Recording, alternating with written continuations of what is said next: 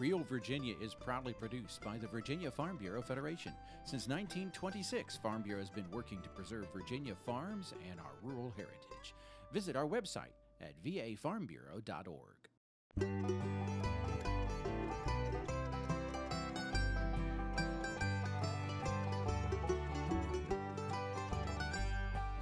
Home will always be Virginia, between the Blue Ridge and Chesapeake Bay, Atlantic to Appalachia,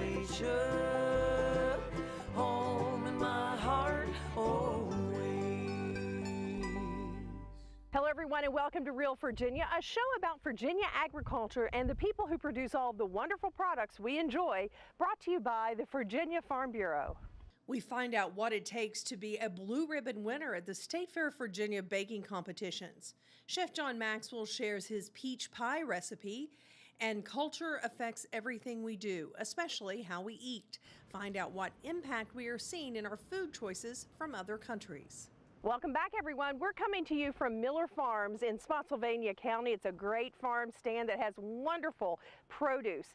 And in fact, Virginia's changing population is causing us some changes in the grocery store. We're going to bring that story to you a little later on. But first, Dave Miller is going to show us what it takes to bake a blue ribbon cake at the State Fair of Virginia. Donna Brown of Chesapeake discovered last year what it takes to bake the greatest State Fair cake when she entered an old family recipe with some new twists. Donna used a 3-tiered pan her sister gave her, added an almond glaze, and finished with some decorations. It made for a very pleasing presentation for both the eyes and the taste buds. There was a pound cake division, so I entered the pound cake, my almond pound cake, which is a family recipe. And it won first place locally, and then it won first place at the State Fair. That was our birthday cake growing up. My mother always did this almond pound cake. And so that always stayed with us, but again, I didn't start really baking that and giving it as gifts and obviously entering the State Fair until like 3 or 4 years ago. But then my daughter, when she got married 3 years ago, she had asked the year before if I would, not bake her wedding cake, I couldn't do that, but make the mini almond pound cakes as favors. So I made 240 of those. Competitions like the baking contest are one of the strongest traditions at the State Fair of Virginia, which runs from September 23rd to October 2nd this year. Virginians will enter competitions from baking to crafts to livestock and farm produce. We have lots of divisions in our baked goods. We do cakes and pies and cookies. Specifically in our cakes, we have both decorated cake competitions that showcase just how pretty the cake is, and it's not about how it tastes, but actually the decorations. And then we have multiple classes for cakes that actually showcase how delicious your recipe is. Arts and crafts competition has been going on since the start of the State Fair. It's a way for people to bring out their hobbies and show it off and compete in healthy competition. We have some scholarships associated with the fine arts scholarships for the kids, so they actually can win 9th through 12th graders that come and compete in fine arts, both 2D and 3D, and start gaining college funds. When you visit the fair this year, take a break from the Midway and the farm exhibits to wander through the exhibit hall in the Farm Bureau Center. It's a great place to see the winning entries and even talk to some of the competitors. You may learn a few secrets that will help you with your craft or hobby. So what I would suggest to people is, enter something that maybe that would be a challenge to you, whether you plan on winning or not, because it's just an interesting thing to do, and but you find out a little bit more about yourself too, whether you win or you don't win, and you meet lots of interesting people that way. There are lots of arts and crafts categories to enter, and quilts are always popular. Sanders says some of the quilts entered each year are truly works of art. And we have certified judges that are here that go through every single quilt that we have that comes in. Typically we get anywhere from 100 or just over 100 in the competition. They're housed in the Farm Bureau Center during the State Fair. And it runs from your traditional photography and oil paintings to needlework, crocheting, quilting, lace making, all the way up to whatever you can make out of duct tape. So there are classes for everyone. Exciting rides, music, animals, entertaining ground attractions, and fried food make every year's State Fair a fun destination. But this year, don't miss visiting the exhibit hall and checking out the State Fair of Virginia competition entries. There will be lots of blue ribbons and perhaps some great ideas to take home. In Caroline County, this is Dave Miller. The State Fair of Virginia, like many other state fairs, is full of tradition and history. Where else can you still see young people showing animals, old farm tractors, pet a baby goat, and learn how your food is grown? Thousands of school children visit the fair each year to do just that. Some students even fill out questionnaires to test their new knowledge. The State Fair of Virginia has brought back some traditions, like the Youth Livestock Sale of Champions. And every generation of visitors make their own memories, and many start their own traditions every time they visit the fair. Hi, today we're going to be talking about squash from the ground up. Please stay tuned.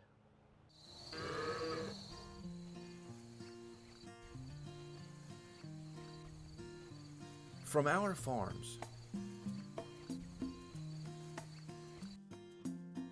to your table,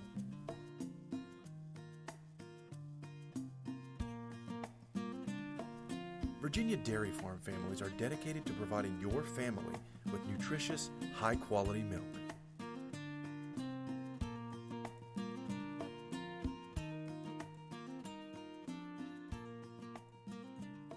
I'm Dan Myers, a fifth-generation dairy farmer from Virginia. I'm Roy Vanderhyde, a first-generation dairy farmer from Virginia. I'm Gerald Heatwool, a third-generation dairy farmer from Virginia. I am dedicated to dairy, my cows, My milk, and our land. Squash is one of the easiest vegetables for home gardeners to grow. Chris Mullins with Virginia Cooperative Extension shows us how it's done from the ground up.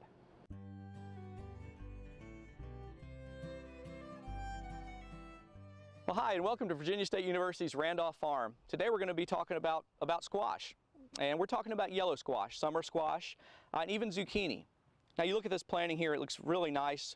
They've done a good job here putting this together, and it can be a very good crop for you in the home garden. Squash is very productive and relatively easy to grow. And you know, squash has been around for a long time. In North America, it's one of the earliest food sources, along with corn and beans. Well, if you're going to plant squash in the home garden, you can direct seed, put seeds directly in the ground, and you can put 2 or 3 seeds per hole, and put those holes about 18 to 24 inches apart.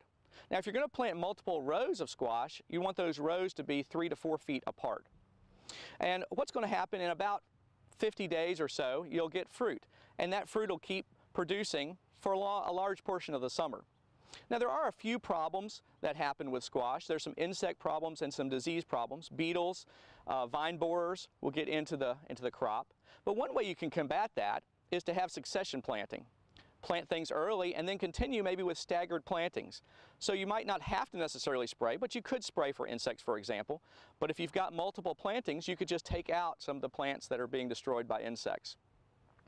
Now, as far as watering and fertilization, squash like a fair amount of water, and they'd like to have, like most vegetables, about 1 inch of water per week. And it's probably better to apply that water and let it have really go deep into the soil instead of just surface watering. With fertilization, you could put a nice amount of compost down, or if you've got about 100 foot of row, you could put down some conventional fertilizer, 1 or 2 pounds of 10-10-10. That should be most of what you need for the growing season. So your plants are established, they're starting to produce fruit like these are here, and you're going to find that you're going to be very busy. These are very productive. You're probably going to be harvesting 2 to 3 times a week. You don't want these fruit to get too long, too big, because they become hard and aren't very tasty at that point. Most of these yellow summer squash varieties are going to get to be about 6 to 8 inches in length and maybe 1.5 inches to 2 inches in diameter. But always look at your seed pack or your catalog to find out when the proper time is to harvest that particular variety. One of the ways that you harvest is just simply cut about 1 inch above the top of the fruit where the stem is. And let's look at this one right here. If you just reach down here, we'll find the fruit and we'll make a cut right on the top about 1 inch along this stem here. There you go, a summer squash. Well, for more information about squash production, please contact your local county extension office and talk to a master gardener. From the ground up, I'm Chris Mullins We'll see you next time. From the Ground Up is presented with the generous advice and assistance of Virginia Cooperative Extension. Visit their website at ext.vt.edu. Chef John Maxwell shows us his recipe for sweet peach pie in the heart of the home. When you think of orchards, apples and peaches come immediately to mind. But a number of other fruits also grow on trees, and many farms raise several types in separate orchards. Apples are number one in Virginia with 733 orchards, followed by 430 peach and 293 pear orchards. There are also 81 orchards where plums are raised, followed by 29 persimmon orchards, 27 nectarine orchards, and 12 orchards where apricots are raised. Apple and peach orchards are typically in the mountainous parts of Virginia, particularly in Frederick County, in the northernmost part of the state. Virginia is ranked 18th in the nation for tree fruit production. There's nothing better in hot, humid days of August than a fresh picked peach right off the tree, unless you take this peach and put it in your homemade pie. Today, Chef John Maxwell shows us how to bake that pie in the heart of the home.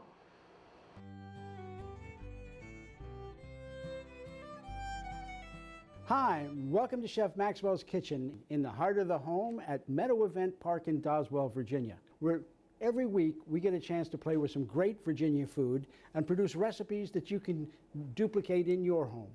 Today we got a real special one for you. It's peach season in Virginia, and we are going to do a nice peach pie. This is a good Virginia flour, milled in Virginia.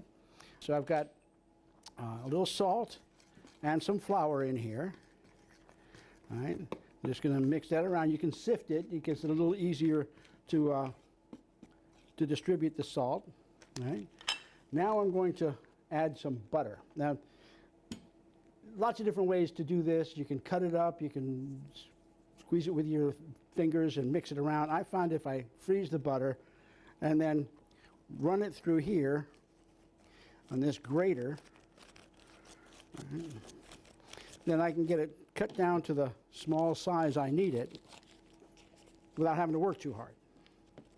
Now I take the fork, all right, and distribute this around. I'm going to add a little bit of ice water, all right, and move that around some. Now I don't want to work this flour too much, so once it starts getting wet, I'm going to want to move to my hands, all right, so that I can get it worked quickly. All right. So we're getting this together. You can see how it's starting to come together. So I'm going to add a little bit of flour down on this bench. All right. Take the flour mix that I've got and start pulling it together.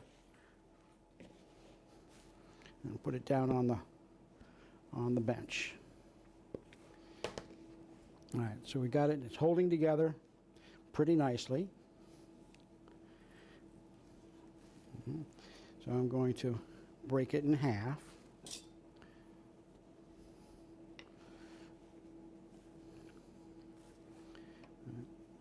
And then start rolling it out. Get my roller covered with some flour. And start rolling it out. We're going to get it the size enough to fit into that pie pan good. All right.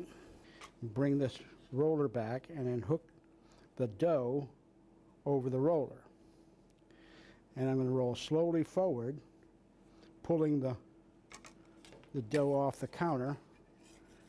And if I need to, kind of separate it with this scraper. I'm going to bring my pan over. All right.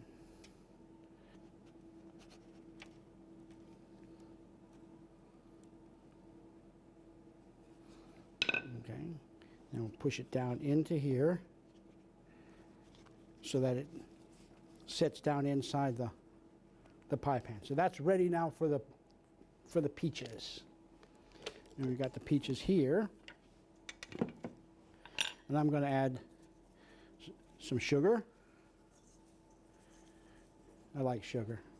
A little bit of lemon juice. And some cornstarch. And now I'm going to mix this up. Want to mix it up good. Make sure that the cornstarch is dissolved and isn't too lumpy. Now you can mix the cornstarch a little bit with some, I've got some residue of peach juice down in the bottom here, and that's going to help me dissolve all that cornstarch. All right. Now I've got all of that dissolved. I'm going to put a little bit of a spice in here that you may not know too much about. This is called cardamom. It's one of my favorite spices. Oh, smell that. Isn't that gorgeous? It's delightful. But I'm going to just sprinkle a little bit of ground cardamom down into this. This comes from the Middle East, and it gives this, this peach pie a really special flavor. Right. And there we go with the peaches. So now I'm going to add this into here. All right. Just make sure that they're all neat and organized. You know, chefs like me, you tend to want things to go in the same direction. Peaches are notoriously uncooperative in that regard. So now I'm going to take this other thing of dough. All right.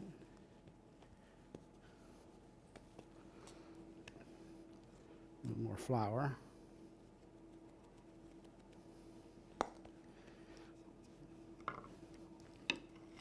And roll that out. I'm going to do the same thing with this that I did with the bottom crust. Roll it out so it's nice and round and big enough to go over the top of all the ingredients and touch the bottom crust all the way around. And up it comes, and then over top. Now I'm taking my fork and just pushing down all the way around the edge to seal the top and the bottom crust together. Okay, so we're going to use this dough scraper, and we get all of that extra dough out of the way. Take my paring knife and just make some slits in the crust. Now I'm going to take some, this is 1 egg yolk and some milk, and I'm going to just brush the top with this. Now this will brown in the oven, so we don't want to leave big chunks of it or dribbles. We want to brush it around so it's nice and smooth. Right? And we could now dust this with a little bit more sugar. Right? So that it browns off nice. Now this is going to go into the oven at 400 degrees, and it's going to cook for about 40 minutes. We're getting ready to enjoy this wonderful peach pie that we just pulled out of the oven and plopped some vanilla ice cream on. Thanks for joining us here at Chef Maxwell's Kitchen in the heart of the home. Recipes from the heart of the home can be found on Chef Maxwell's website, chefjohnmaxwell.com. The Meadow Event Park, the State Fair of Virginia, birthplace of Secretariat, America's greatest racehorse. All these titles apply to the Meadow, the former horse breeding farm in Caroline County, Virginia that was established in 1936 by Christopher Chenery and acquired in 2013 by the Virginia Farm Bureau Federation. Today, the property's 331 acres represent one of the Mid-Atlantic's most beautiful and versatile multi-purpose facilities, with a 63,000 square foot exhibition hall, beautiful meadow hall, and ample equine and livestock facilities, plus acres and acres of outdoor space.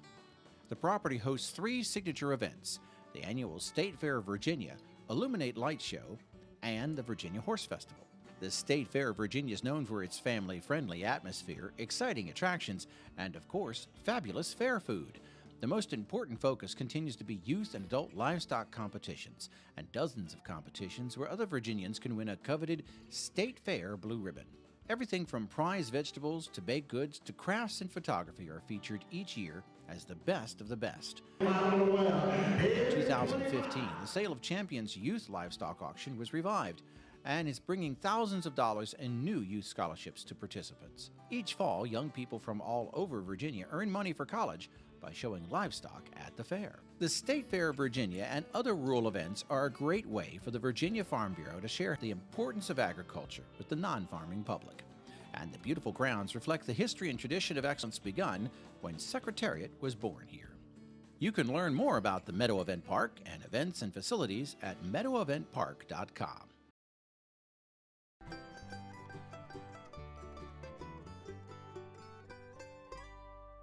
Farmers are constantly adapting to new market changes. In fact, some Virginia growers are now growing fruits and vegetables you would typically see in Asia, South America, or the Middle East. American cuisine is constantly changing as different foreign cultures blend into communities across the nation. They influence the market and more varied choice of food becomes available.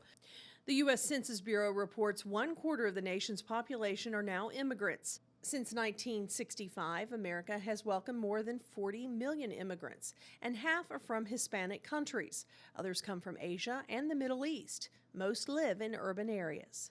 There are a lot of Americans that they travel overseas and they are exposed to some of the most delicious and wholesome fruits and vegetables at the international level. They come back and that experience is so rich, they want to find those items at their supermarket. And the other reason for using or for the popularity of international cuisine or niche crops or ethnic crops is because many of them have shown by research to be very, very healthy, and they have lots of benefit in terms of the health. Dr. Reza Rafi, a Virginia State University horticulturalist specialist, says this explosion of immigrant populations is fueling demand for growing ethnic fruits, herbs, and vegetables such as cilantro, bok choy, papaya, and tomatillos. He works with growers to show them how these new and potentially profitable crops could add to the American staples of potatoes, apples, and corn. There are a lot of ethnic immigrants that they live in this country, and many of them, they would like to have their own fruits and vegetables available at the local supermarkets. Chef John Maxwell, a former president of the Virginia Culinary Association and cookbook author, notes that American diets have continued to change culturally over time. Cuisine happens when two cultures collide in the kitchen. And we all know that's the first place you go for social activity, is to the kitchen. You find out the spice larder, you find out the products that are being used and cooking techniques that are being used, and you swap them back and forth. This demand for different products is driving producers to adapt and begin raising things like green papayas. We grow papaya at Virginia State University, and this is actually one of the exotic or niche crops that we are promoting among farmers. And we are using it as an annual crop. We're growing papaya as an annual crop. We grow for green papaya. This papaya, it would not get ripe. It's green, and there is a recipe called green papaya Thai salad, and it's becoming quite popular among many consumers. Rafi says it is important for farmers to learn not only the growing patterns for these foods, but also how to market them effectively. The reason that we need to be very careful with them is because you want to make sure you maintain the areas of a small production, because if you start growing lots of volume and large areas of ethnic crops, therefore you would not be able to really handle them in terms of the market. The market demand is still limited, but growing some of these niche crops and ethnic crops can give a grower opportunity to really be able to make a good money. While growing ethnic vegetables isn't a guaranteed ticket for high profits, it offers growers new opportunities, and it certainly makes for an interesting new choices in the grocery store. That's going to do it for this edition of Real Virginia. We are so glad you could join us to celebrate the bounty Virginia has to offer. Whether it's in your home, your garden, or your landscape, we are proud to say that this is Real Virginia. So for everyone from the Virginia Farm Bureau, thanks for watching. Make it a great week.